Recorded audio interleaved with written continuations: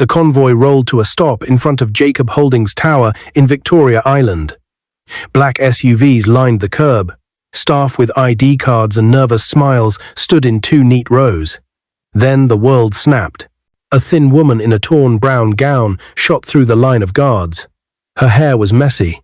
A faded handbag bounced against her hip. Before anyone could blink, she reached Jacob, the billionaire everyone feared to delay, and grabbed his hand. Everything froze. Gasps cut through the morning air. One guard cursed under his breath and lunged. Another reached for her arm. Back! Jacob's chief of security, Jerry, barked, lifting an open palm. The men hesitated. Jerry's eyes locked with his boss. Jacob gave a tiny tilt with his chin, his coded sign to wait and watch. Jerry understood. He stepped between the guards and the woman, shoulders broad, voice steady. "No one touches her," Jerry said. The staff stared. Drivers stared. Even the fountain seemed to hold its breath. The woman stood close to Jacob, fingers trembling on his wrist.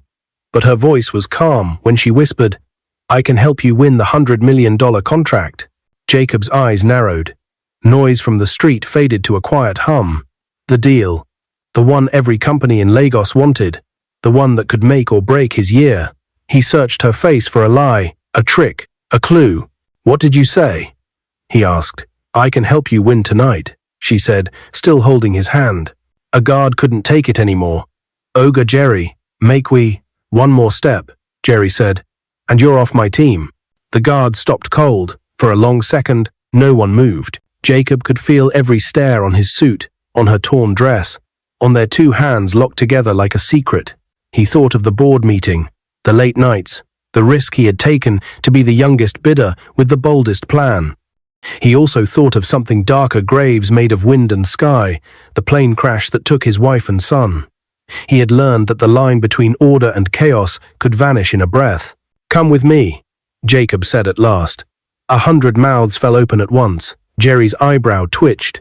He turned, made a path, and the guards parted like a gate. The woman kept her head down but didn't let go of Jacob's sleeve as they passed the rows of stunned staff. Someone dropped a folder. Papers fluttered across the marble like frightened birds. Inside, the lobby smelled of polish and cool lemon. Gold letters on the wall read, "Jacob Holdings Building Tomorrow." The woman's worn slippers slapped the floor in soft, slow beats. Jacob led her to a private elevator. Jerry stepped in with them, pressed 10, and stood like a wall between them and the world. The doors closed. The elevator hummed up. "What is your name?" Jacob asked. Jerry said nothing. His eyes were on the panel, but Jacob knew he was reading the woman's every move in the mirror. The floor numbers lit up. 4, 5, 6. At 10, the doors opened to a hushed hallway lined with art and glass. Inside Jacob's office, Lagos stretched in every direction, water glittering at the edge like a promise. The room was cool and strong and clean, built for decisions that shaped cities. Jacob turned to the woman. "You said you can help me win. Is that?" She nodded. "How?" She looked at Jerry first, as if weighing his shadow. Then she looked back at Jacob, eyes steady and bright in her tired face. "Before I tell you, I need you to lock that door and give us privacy for 2 minutes." Jerry's jaw tightened. He looked at Jacob. "It's fine," Jacob said. 2 minutes. Jerry stepped out, closed the door, and stood guard in the hall. The room fell very still. "Talk," Jacob said. She let the old handbag slide from her shoulder to the floor. She reached for the edges of her gown. The fabric, once blue, was now a sad grey-brown. Slowly, she unbuttoned the front seam and slipped it off her shoulders. Underneath was a fitted black sheath, dress, simple, smooth, and powerful. She set the gown over a chair and touched her crooked wig. With a gentle tug, she lifted it off. Under it, sleek, natural hair fell to her shoulders, neat and styled. She straightened her back. The change was like sunrise over the ocean. She no longer looked small. She no longer looked lost. She looked like a woman used to being seen, measured, and obeyed. Jacob felt his chest tighten. He knew that posture. He knew that face from front pages and nighttime charts. It couldn't be. "I need you to listen without panic," she said softly. "I came like this because I wanted to see your people's hearts. I wanted to see yours." His mouth went dry. The wall clock ticked once. "Who are you?" Jacob asked, though his mind already raced to the answer. She took one step closer, held his gaze, and spoke her name like a stamp across history. My name is Monica Williams. The room tilted. Every headline he had read, every rumor, every boardroom whisper of the woman who could move markets and calm storms in the same breath. Monica Williams, CEO of Apex Treasury Group. The gatekeeper, the kingmaker, the silent vote behind tonight's contract. You walked through my guards, dressed like a woman most people ignore, she said. I needed to know if your house is built on fear or on respect. I saw your sign to Jerry. You didn't let them throw me out before I spoke. That told me what I needed. Why me? Jacob asked, voice low. Because Lagos needs builders who don't crush the weak, she said. Because your plan is brave and real, and because you lost something and you didn't let it turn you cruel. Jacob felt the elevator of his heart drop and rise all at once. He thought of his little boy's sneakers by the door, still tied, still waiting. He swallowed hard. What do you want in exchange? He asked. Monica smiled, not with softness, but with certainty. I want proof that you can lead without masks. You will revise one clause in your bid. You will open a pathway for small vendors in Ajagunle and Yaba to access your supply chain. You will make timelines public. If you agree, I will stand for you tonight. And you will win. Jacob stared at her, the city bright behind her shoulders. He heard distant phones ring. He heard the sea. He nodded once, almost a bow. Done? A knock came at the door, sharp, urgent. Jerry's voice followed, tight and controlled. Sir, we have a problem. The board is in the lobby. Someone leaked that a homeless woman touched you. Reporters are gathering downstairs. And sir, your rival's CFO is here. He wants a meeting now. Monica lifted her chin, eyes turning toward the door. Jacob's pulse kicked. Do we open? Jerry asked. Jacob looked from the door to Monica, to the wig lying like a secret on the chair, to the torn gown folded like a shed skin. He took a breath. Open, he said. The handle turned. The door began to swing, and the first face through the gap made Jacob's heart stop. The door creaked open, and the first person Jacob saw was Andrew Cole, the CFO of Sterling Dynamics, his fiercest rival. Andrew's sharp suit was as crisp as his smirk. Behind him, reporters tried to push forward, flashes popping like fireworks, before Jerry blocked the gap with his broad shoulders. Andrew's eyes swept the room, pausing when he saw Monica. His grin widened. Well, what a surprise. I thought I heard a rumor about a homeless woman holding your hand, Jacob. Now I see it's true. He chuckled, low and cutting. Quite the scandal. Imagine what the board will say. Jacob stiffened, but Monica's expression didn't flicker. She simply crossed her arms, standing tall, no trace of the shabby gown she'd shed minutes earlier. Andrew continued, circling like a shark that had scented blood. You want to win tonight's contract? You can't. The board will never back a man who lets beggars walk into his tower. Meanwhile, Sterling Dynamics is ready. Our bid is flawless.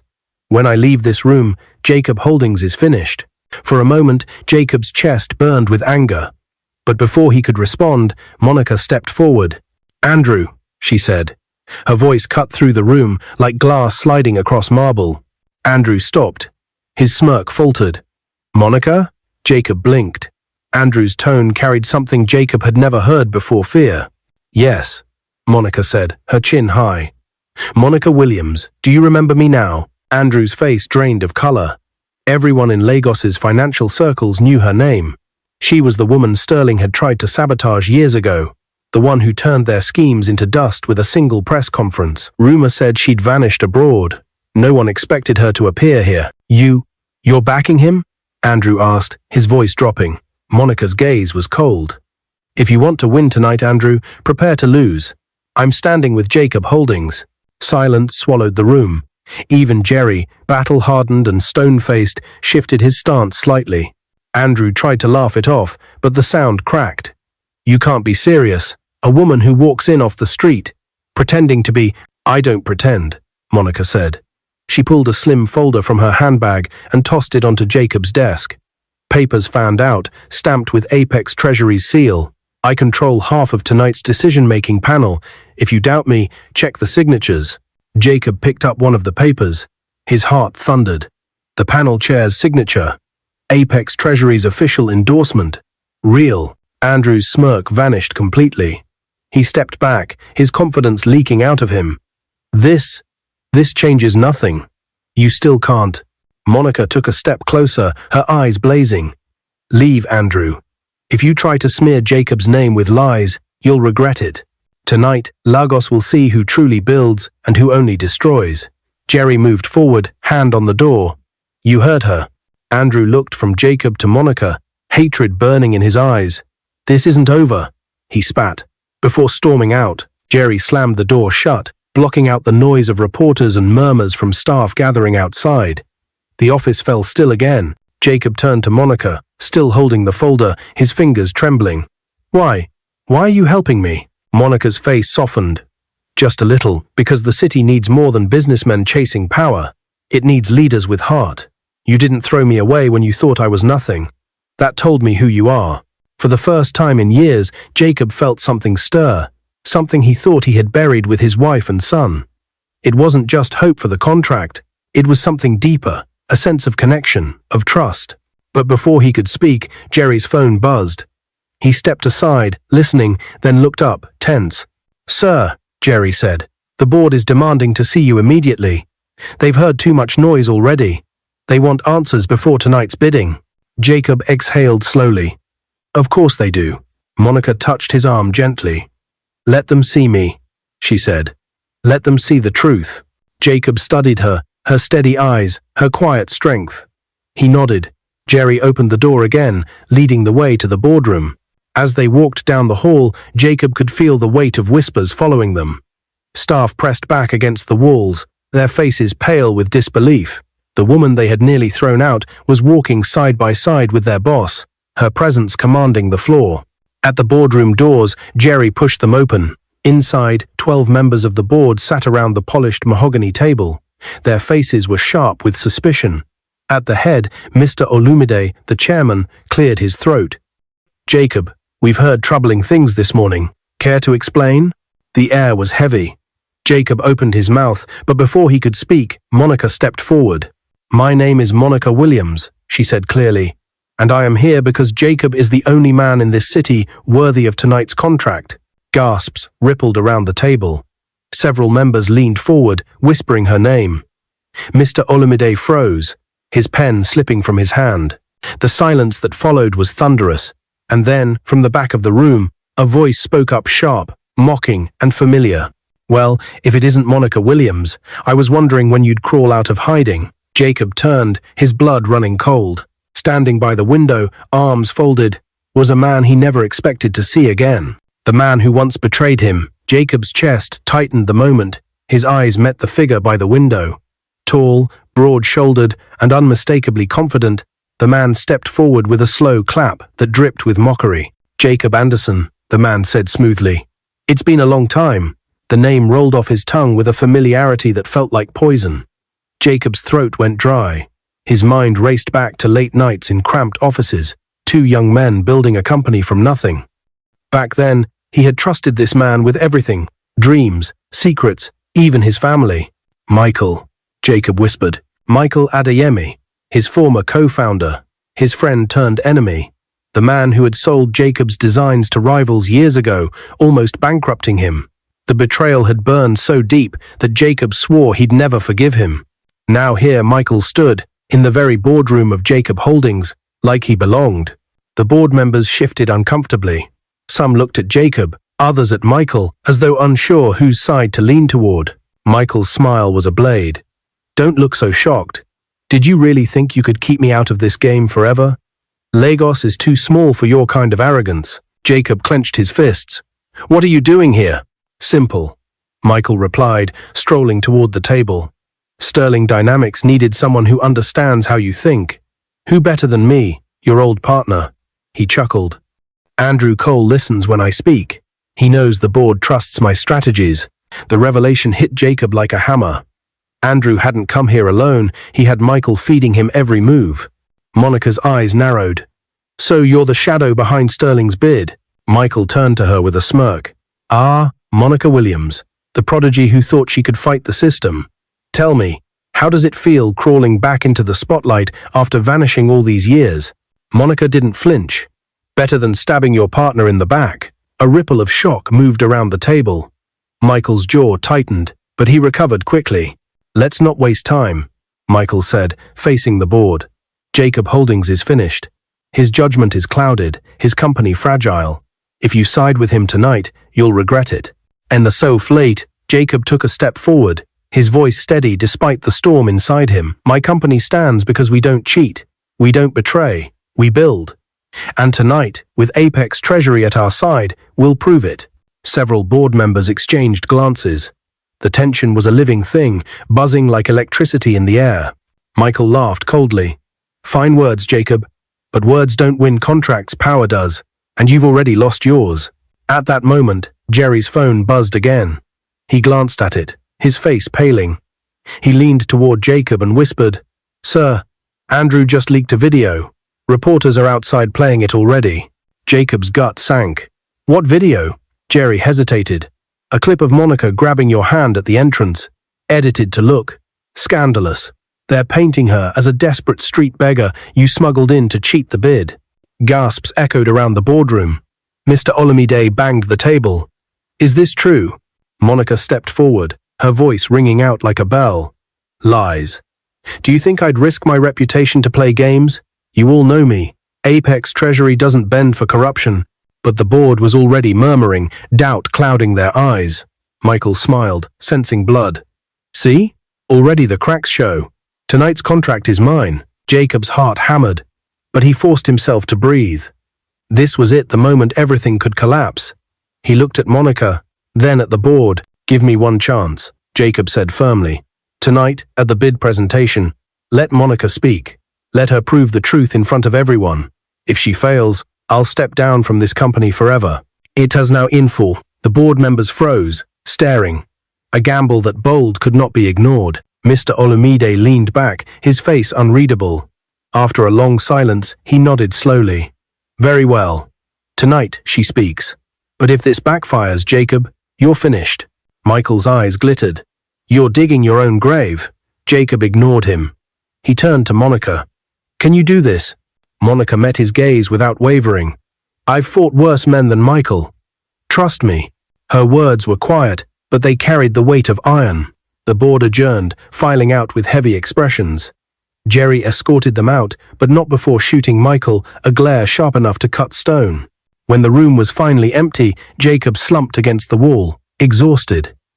I don't know if I've just saved us or destroyed us. Monica moved closer, her hand brushing his arm gently. Courage always feels like that. But Jacob, there's something you need to know before tonight. Jacob straightened, frowning. What is it? Monica's lips trembled for the first time. Sterling isn't just using Michael. They've uncovered something from your past. Something they plan to expose tonight to ruin you. Jacob's blood turned cold. What do you mean? Monica's eyes glistened, and her voice dropped to a whisper. It's about your family. The words stabbed Jacob's chest. His late wife, his lost son. He had buried that pain years ago, but now Michael's mocking smile flashed in his mind. If Sterling had touched that wound, if they had twisted the truth, then Jacob wasn't just fighting for a contract, he was fighting for his name, his legacy, his very soul. And as the clock ticked toward the evening bid, one thing became clear. The war was only beginning. The evening shadows stretched long across Lagos as Jacob and Monica prepared for the bidding event. The city outside the glass towers glittered, but inside Jacob's chest, darkness churned. Her words, "It's about your family," echoed like a curse. He turned to her, his face tight. Monica, what do you mean? My wife and son are gone. What more could they use against me? Monica hesitated. For the first time since she stormed into his life, her confidence seemed shaken. She lowered her voice. Jacob, I didn't vanish all those years ago because of business alone. Sterling tried to destroy me too.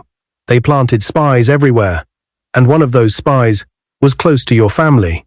Jacob's throat dried. What are you saying? She looked him in the eye. Sterling claims your son never died. The room tilted.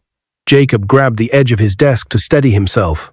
Memories flashed hospital corridors, the sound of beeping machines, the coffin lowered into the earth. He had mourned his boy Daniel for years. "That's impossible," Jacob whispered, shaking his head. "I buried him with my own hands." Monica's voice was soft, yet firm. "I'm telling you what they plan to announce. They'll claim Daniel was taken abroad, hidden by people who hated you, and that you used money to cover it up. Whether true or not, it's enough to tear your company apart." A silence heavier than steel filled the office. Jerry entered just then, his sharp eyes moving from Jacob to Monica. "What happened?" he asked, sensing the tension. "Sterling wants to drag Daniel into this," Jacob muttered. His voice cracked on his son's name. Jerry's jaw tightened. "Then we don't give them the chance. We fight back first. We control the story." But Jacob shook his head. "This isn't just business anymore, Jerry. This is blood." Monica stepped closer. "Jacob, listen. Tonight isn't only about contracts. It's about truth. If Sterling dares mention your family, we need evidence stronger than their lies." Jacob's mind raced. For years he had avoided reopening that wound, afraid the pain would consume him. Now he had no choice. He looked at Jerry. "Get me everything from Daniel's case. Hospital records, police reports, burial documents, everything." Jerry nodded briskly and left, his footsteps echoing down the hall. Monica placed a hand on Jacob's shoulder. "I know this is unbearable. But sometimes the deepest scars become the sharpest weapons. If you can face this, Sterling can't win." Jacob met her gaze. "And if their story is true," her lips pressed into a thin line, "then you'll face it with me. You're not alone anymore." Hours later, the Grand Hall of Lagos shimmered with gold chandeliers and polished marble floors. The bidding ceremony was already buzzing. Billionaires in tailored suits mingled with government officials, journalists, and business sharks. Cameras flashed as Jacob entered with Monica at his side. Murmurs rose instantly, half curious, half scandalized. "There she is, the homeless woman." "No, that's Monica Williams. What game is Jacob playing?" Jerry flanked them, eyes scanning every corner like a hawk. At the front, the chairman of the bidding committee, Chief Adeleke, stood ready. "Ladies and gentlemen," he boomed, "tonight we decide the future of Nigeria's largest energy project. 2 companies remain, Sterling Dynamics and Jacob Holdings." The crowd hushed. Andrew Cole rose first. His smile was razor-sharp. "Before we begin, the people deserve the truth about the man sitting across from me." He gestured toward Jacob. "This morning, he paraded a homeless woman into his tower. A woman he now claims is Monica Williams. But what if I told you Jacob Anderson's secrets run deeper than lies about business?" Gasps echoed. Cameras swung toward Jacob. Andrew leaned forward, voice heavy with venom. "Years ago, Jacob's son supposedly died. But new evidence suggests otherwise. The boy is alive, hidden abroad, while Jacob covered it up. This is the man you want handling billions." Chaos erupted. Reporters shouted. Board members murmured. Flashes went wild. Jacob's pulse roared in his ears. He was seconds from collapse. Then Monica stood. Her voice rang out, clear and commanding. "Enough." The hall froze. Even Andrew's smirk faltered. "You think lies can bury truth?" Monica's eyes swept the room. "I am Monica Williams, and I stand here with proof that Jacob Holdings deserves this contract. As for his son, Sterling is exploiting a man's grief to poison your judgment." She raised the folder, thick with documents Jerry had delivered just in time. "Here are the hospital reports, police investigations, and burial certificates. Facts, not rumors. Sterling Dynamics should be ashamed." As a deference, she slapped the folder onto the table. The sound cracked like thunder. Chief Adeleke picked it up, scanning quickly, his brow furrowing. Other committee members leaned in. The room began to shift uncertainty, turning into murmurs of doubt against Sterling. Andrew sputtered. This doesn't mean..." Monica cut him off. "It means your tricks won't work. But since you love scandals so much, perhaps the public should also know about Sterling's offshore accounts." She pulled another sheet from her handbag, her eyes blazing. Hidden money siphoned from past contracts. A stunned silence followed. Andrew's face drained of color. Michael, watching from the corner, clenched his jaw, fury burning in his eyes. Jacob looked at Monica, astonished. She had just flipped the storm on its head. But before relief could settle, Michael stepped forward, his voice cold. "You think this is over?" "No, Jacob. You still don't know the full truth." The room stiffened again. Jacob's heart lurched. Michael's eyes gleamed as he leaned closer. His words a dagger meant only for Jacob's ears. "Your son is alive." The tension in the Grand Hall of Lagos was unbearable. Reporters whispered, camera flashes rained like lightning, and board members shuffled nervously as Andrew Cole and Michael Adeyemi's lies hung heavy in the air. Monica had just thrown down the folder of proof, exposing Sterling Dynamics' corruption, and the room waited for the final word. Chief Adeleke cleared his throat. "After reviewing the documents presented, the committee has decided." He paused, letting the silence swell. Then his words dropped like thunder. "The energy contract goes to Jacob Holdings." The hall erupted. Some gasped in shock, others applauded. Reporters scrambled out to break the news. Jacob closed his eyes, breathing deeply as relief and disbelief crashed over him like a storm. He turned to Monica. She gave him a small, steady smile. For the first time in years, Jacob felt something he thought he had buried forever: hope. That night, Jacob sat alone in his office, staring out at the glittering skyline. His wife and little boy had died in a plane crash just 2 years ago, and no amount of business success had filled the hole they left. The grief had nearly destroyed him, but Monica's presence stirred something inside him. She, too, knew the language of loss. 4 years earlier, she had lost her husband and only daughter in a road accident. She had buried her heart along with them, never imagining she could feel again. Now, as they sat across from each other, silence wrapped around them. Not the heavy kind of silence, but the soft, understanding, one born from shared pain. "Jacob," Monica said quietly, her eyes shimmering. "The world thinks power is built on money and pride, but it's really built on scars and how we carry them." Jacob swallowed hard. "Sometimes I wonder why God left me alive when he took them." Her hand brushed his. "Maybe so you could find someone who understands." Their eyes locked, and in that fragile moment, the walls both had built began to crumble. 2 weeks later, Jacob drove through the palm-lined streets of Banana Island, his heart pounding. Monica's mansion stood like a jewel by the water, glowing with warm lights. He had rehearsed his words 1,000 times, but when Monica welcomed him inside, smiling in her navy gown, everything vanished. Over dinner, laughter softened the air.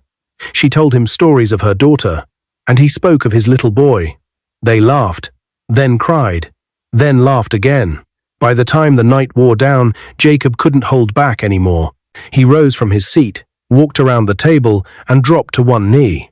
Monica gasped, covering her mouth. "Monica," Jacob's voice trembled. "I thought my heart was buried with my wife and son, but you've shown me it can beat again. You fought by my side when everyone else doubted me. Will you make me whole again? Will you marry me?" Tears spilled from Monica's eyes. She had promised herself never to love again, but here was Jacob, raw and vulnerable, kneeling before her. Slowly, she nodded. "Yes, Jacob, I will." The words rang like music. Jacob slipped the ring onto her finger, his own tears blurring the sight.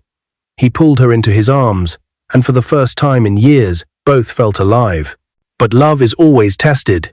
News broke weeks later that Jacob had used Monica's influence to secure the energy contract. The headlines screamed betrayal. Rivals whispered that he planned to dump her after using her name. Investors panicked. The board demanded explanations.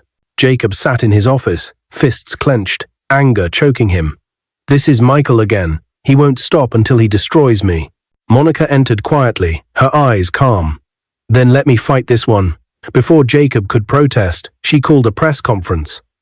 Cameras flashed as she stood behind a podium, elegant and unshaken. "They say my fiancé used me," she began. "But the truth is, I chose him. I saw a man with integrity when others tried to buy my silence. If standing with him is a crime, then I am guilty." Her words sliced through the lies. The hall erupted with applause, reporters rushing to print the story of a woman defending her man. Jacob, watching from the side, felt his heart swell with pride. He had expected doubt, but Monica gave him loyalty. 3 months later, the city shook with their wedding. The cathedral bells rang as Jacob stood at the altar in a tailored white suit, his eyes misty as Monica walked down the aisle in a flowing ivory gown. Business moguls, governors, and foreign dignitaries filled the pews. The world watched as two broken souls joined in love. When Jacob lifted her veil and kissed her, the hall erupted in thunderous cheers. For once, he didn't feel like a billionaire or a tycoon. He felt like the luckiest man alive, but their joy was soon tested again. Months passed with no sign of pregnancy. Doctors ran tests, and the verdict crushed Monica. She was told she had no uterus. She broke down in Jacob's arms. "I'm useless to you now. I can't give you children." But Jacob only held her tighter. "Monica, I didn't marry you for children. I married you because you're my life. If we never have kids, I'll still thank God every day that I have you." His words steadied her, but outside their walls, whispers grew cruel. Rivals mocked them publicly. "The billionaire's wife is barren." Monica bore it silently until Jacob took her abroad for a second opinion. There, the truth came out. The first diagnosis was wrong. She was perfectly capable of bearing children. Hope returned like sunlight after a storm. 5 years after their wedding, Monica felt the first kicks of life inside her. When the doctor finally placed twin baby boys into her arms, Johnson and Joshua, tears streamed down her cheeks. Jacob, standing by her side, trembled as he held his sons for the first time. Their tiny fingers curled around his, fragile yet full of promise. He sank into a chair, sobbing uncontrollably. "I thought I'd never be a father again. I thought God had forgotten me. But he gave me double." Monica leaned against him, exhausted but glowing. "Our prayers have become reality." The room filled with the cries of newborns. But to Jacob, it was the sweetest music in the world. The man who once lost everything now held his future in his arms. And as he kissed Monica's forehead and whispered a trembling thank you, he knew their story wasn't just about business or survival. It was about love born from ashes, a love that had survived lies, blackmail, and grief, only to rise stronger than ever. The twins, Johnson and Joshua, grew like sunlight in Jacob and Monica's lives. Their cries filled the once quiet mansion, their laughter turned marble halls into playgrounds, and their tiny footsteps echoed through Banana Island like a promise of tomorrow. Every evening, Jacob would sit in the nursery, watching his sons sleep. Sometimes tears slipped down his cheeks as he whispered, "Daddy will never leave you." For years, he had lived in shadows of loss, but now, with Monica by his side, he finally felt whole. Monica, too, found healing in motherhood. The pain of losing her husband and daughter still lingered, but the twins gave her a chance to breathe again, to love without fear. She often looked at Jacob and whispered, "God restored us in double measure." But outside their haven, the world had not forgotten their enemies. Michael Adeyemi had grown desperate. After the contract loss and Monica's press conference exposing Sterling's offshore accounts, his reputation collapsed. Investors pulled out. Andrew Cole, furious, cut ties with him, leaving him bankrupt. Yet Michael was not a man who accepted defeat easily. He began feeding tabloids more stories about Jacob, claiming corruption and abuse of power. For months, the headlines grew ugly again. Jacob Holdings under scrutiny. Billionaire empire built on lies. Jacob sighed heavily one morning, tossing the newspaper onto the table. "It's Michael again. He won't stop until I'm ruined." Monica poured his tea calmly, her voice like steady fire. "Then let's not run from this. Let's end it once and for all." She leaned closer. "We've lived in defense too long. It's time we tell our story, not just react to theirs." That evening, Jacob and Monica appeared together in a televised interview. Sitting side by side, their hands clasped, they faced millions of Nigerians. "We have nothing to hide," Jacob said firmly. "Yes, we've known grief. Yes, we've faced lies, but every stone thrown at us has only built the foundation of who we are." Monica added softly, "We are not perfect. We are simply two people who lost everything and found healing together. That is our truth." The interview went viral. Hashtags of support flooded social media. Nigerians, often skeptical of their billionaires, saw in Jacob and Monica not just wealth, but humanity. For the first time, they were not figures of scandal. They were symbols of resilience. Meanwhile, the government opened a fresh investigation into Sterling dynamics. Monica's evidence of offshore accounts triggered audits. Within months, Andrew Cole was indicted, and Sterling's empire crumbled. As for Michael, the man who once mocked Jacob in his own boardroom, his arrogance finally caught up with him. The courts found him guilty of fraud, and he was sentenced to prison. The day the judgment was announced, Jacob sat silently in his office, staring at the news ticker. Jerry, ever loyal, stood beside him. "You should be celebrating, sir. Justice has been served." But Jacob shook his head slowly. "I don't celebrate another man's fall, Jerry, especially not one who was once my brother." He rose, walking to the window where Lagos lights sparkled like scattered stars. "All I ever wanted was peace. Now, finally, maybe we'll have it." Years passed, and Jacob Holdings grew into a global brand.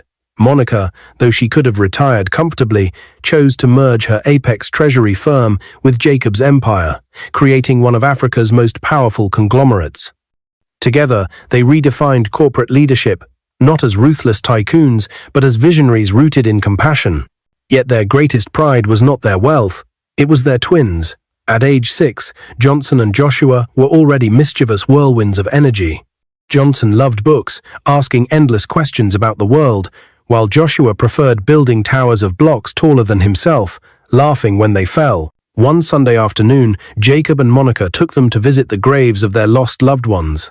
The boys, too young to fully understand, held their parents' hands as they stood in silence before the marble stones.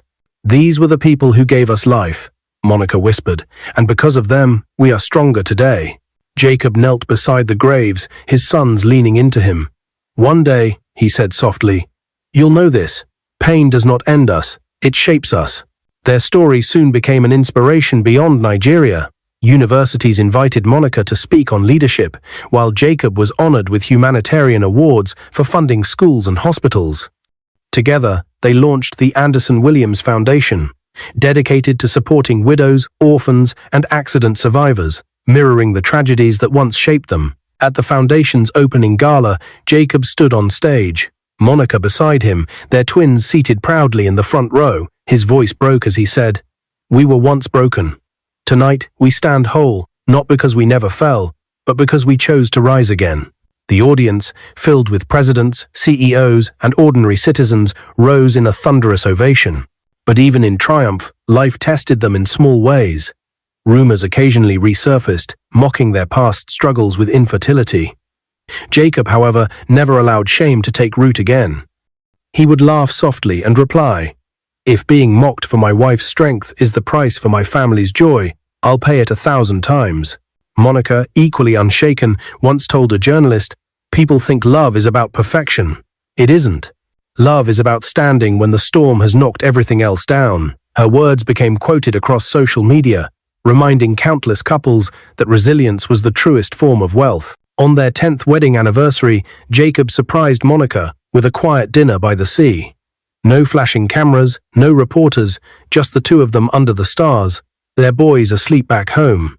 He held her hand, his eyes moist. "Monica, when I first knelt in your mansion, I thought I was asking for love. But what I found in you was life itself. Thank you for walking through fire with me." Monica smiled, tears glistening. "And thank you for proving that ashes can bloom into gardens." They leaned into each other as waves kissed the shore, their hearts finally at peace. Years later, when Johnson and Joshua graduated from university, Jacob sat in the front row, his hair now silver, but his eyes proud. Monica leaned against him, her hand resting on his. "Look at them," she whispered. "Our miracle." Jacob nodded slowly, tears threatening. "Our legacy." And in that moment, surrounded by family, achievements, and memories of battles fought and won, Jacob knew the truth. Wealth fades, power shifts, but love tested, scarred, and unbreakable endures forever. What is your view about this story? If you enjoyed this story, comment, share, and subscribe to our channel for more interesting stories.